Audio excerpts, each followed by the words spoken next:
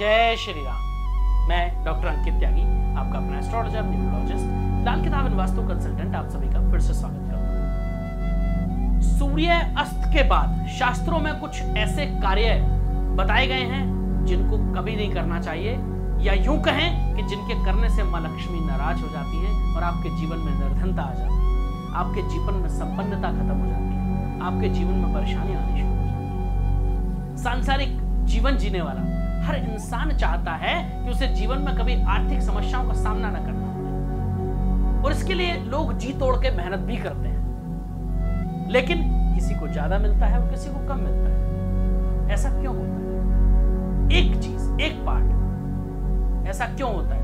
वो है हमारे कर्म, चाहे वो हमारे संचित कर्म हो, चाहे हमारे प्रारब्ध के कर्म हो, या फिर इस जन्म के कर्म।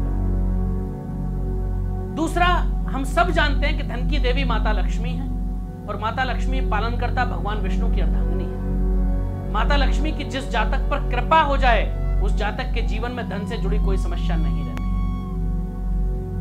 लेकिन माता लक्ष्मी जितनी जल्दी प्रसन्न होती हैं, उतनी ही जल्दी नाराज भी हो जाती हैं। और यूं कहें कि मां लक्ष्मी को मनाना वैसे तो बहुत आसान है, लेकिन कुछ चीजें जिनको विशेष रूप से ध्यान रखना होता है मां लक्ष्मी की सेवा में, मां लक्ष्मी की कृपा पाने के लिए। कितने ऐसे लोग मिलेंगे आपको जिन्होंने बहुत धन कमाया, लेकिन बाद में दरिद्रता का जीवन ही काटा। कई बार हमें पता ही नहीं रहता कि हम अपनी आदतों से जाने अनजाने में मां लक्ष्मी को रुष्ट कर देते हैं। अधिक मेहनत करके भी हमें आर्थिक लाभ नहीं मिल पाता। बस आपको कुछ ऐसे ही कार्य है जिन्हें सूर्यास्त के बाद ना करें तो मां लक्ष्मी की कृपा पर बनी रहेगी। क्या करना है? सूर्यास्त के बाद कभी पैसों का लेन देन नहीं करना चाहिए। कोशिश करें इस दौरान अगर बहुत जरूरी ना हो तो किसी को ना उधार दें, ना ही किसी प्रकार का उधार लें, और अगर आपको अपने एम्प्लॉइज की या अपने किसी की सैलरी भी क्रेडिट करनी है तो वो भी आप सूर्यास्त के बाद कदापि ना करें। इससे माता लक्ष्मी रोष और अशुभ फल प्राप्त हो।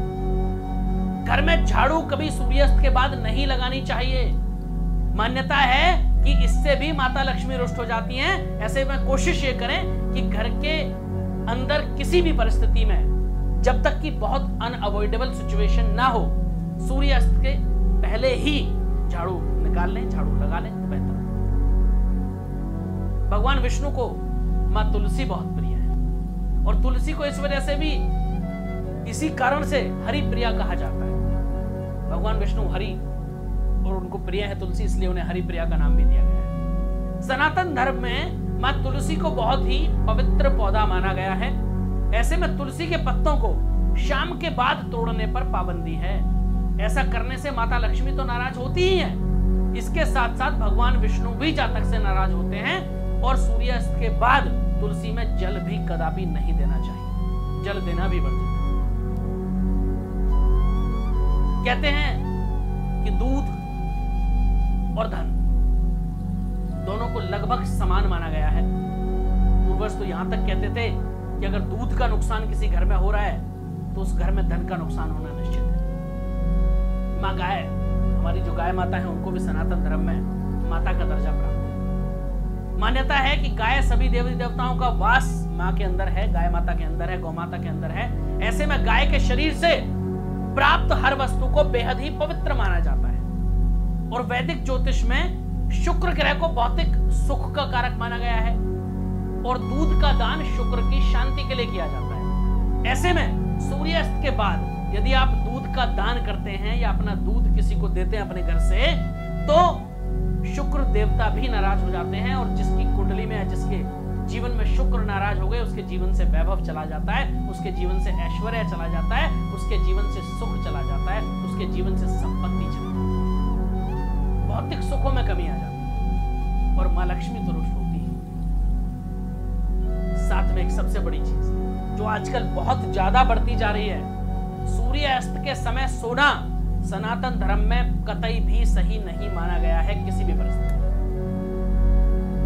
जो व्यक्ति सूर्यास्त के समय नींद लेता है या सोता है, उसके जीवन में नकारात्मक ऊर्जा का संचार इतने प्रवाह से होता है कि उसके जीवन में दरिद्रता तो आती ही आती है, साथ में बीमारियां भी उसे घेर लेती हैं, साथ में नेगेटिविटी उसके घर में बढ़नी शुरू हो जाती है, गृह कलेश शुरू हो जाता है, लोगों में मनमुटाव शुरू हो जाता है, दुश्मन बन जाते हैं।